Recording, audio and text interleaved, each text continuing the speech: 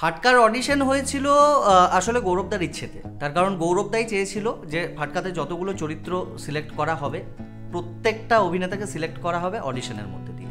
তো সেই জন্য বাঁকুড়া এবং বাঁকুড়ার বাইরে বিভিন্ন জেলাতে যাতে অডিশন নেওয়া হয় সেই ব্যবস্থাটা আমিই করেছিলাম।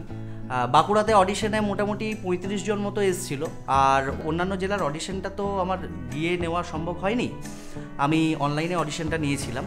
সেখানেও মোটামুটি ৩০ জন মতো অডিশন দিয়েছিল। এবং মজার বিষয় হচ্ছে যে বাঁকুড়া এবং অন্যান্য জেলার মিলিয়ে যারা অডিশন দিয়েছিল তারা অনেকেই ছিল থিয়েটার থেকে, আবার অনেকেই ছিল যারা একেবারেই নতুন, যারা এর আগে সেইভাবে কোনো সিগনিফিক্যান্ট কাজ করে। তো আমরা ওদের মধ্যে থেকেই মোটামুটি ৯০% কাস্টিং করেছিলাম।